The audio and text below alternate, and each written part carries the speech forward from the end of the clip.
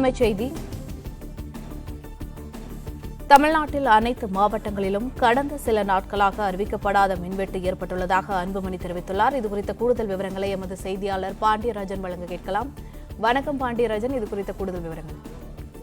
பாமக தலைவர் அன்புமணி ராமதாஸ் வெளியிட்டிருக்கக்கூடிய அறிக்கையில் தமிழ்நாட்டில் மின்வெட்டை தவிர்க்க வேண்டும் எனவும் அனல் மின் திட்டங்கள் பற்றி வெள்ளை அறிக்கை வெளியிட வேண்டும் எனவும் அவர் ஒரு அறிவுறுத்தலை வழங்கியிருக்கிறார். தமிழ்நாட்டில் சென்னை உள்ளிட்ட அனைத்து மாவட்டங்களிலும் கடந்த சில நாட்களாக அறிவிக்கப்படாத மின்வெட்டு நடைமுறைப்படுத்தப்பட்டு வருவதாகவும் இதனால் தமிழக மக்கள் கடுமையாக பாதிக்கப்பட்டுள்ளதாகவும் மின்வெட்டுக்கான காரணங்கள் குறித்து அரசு தரப்பில் கூறப்படும் காரணங்களை ஏற்க முடியாது எனவும் அன்புமணி ராமதாஸ் தெரிவித்திருக்கிறார்.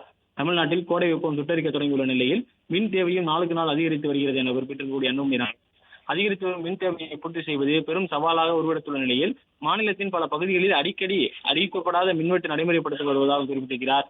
இதனால் பாதிக்கப்படும் மக்கள் மின்வாரிய அலுவலகங்களை முற்றுகையிட்டு போராட்டம் நடத்துவது அன்றாட நிகழ்வுகளாகி வருகின்றன எனவும் அன்புமணி ராமதாஸ் குறிப்பிட்டிருக்கிறார். ஆனால் தமிழகத்தில் எங்கும் மின்வெட்டு இல்லை என்றும் சில தனி மனிதர்கள் செய்யும் சதியாலும் மின் கருவிகளின் பழுதால்தான் மின்தடை ஏற்படுவதாக தமிழக அரசு விளக்கம் அளித்திருக்கிறது.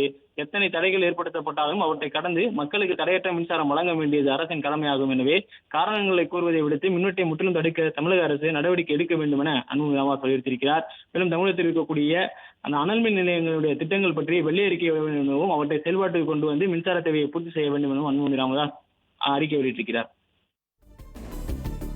விவரங்களுக்கு நன்றி பாண்டியராஜன்.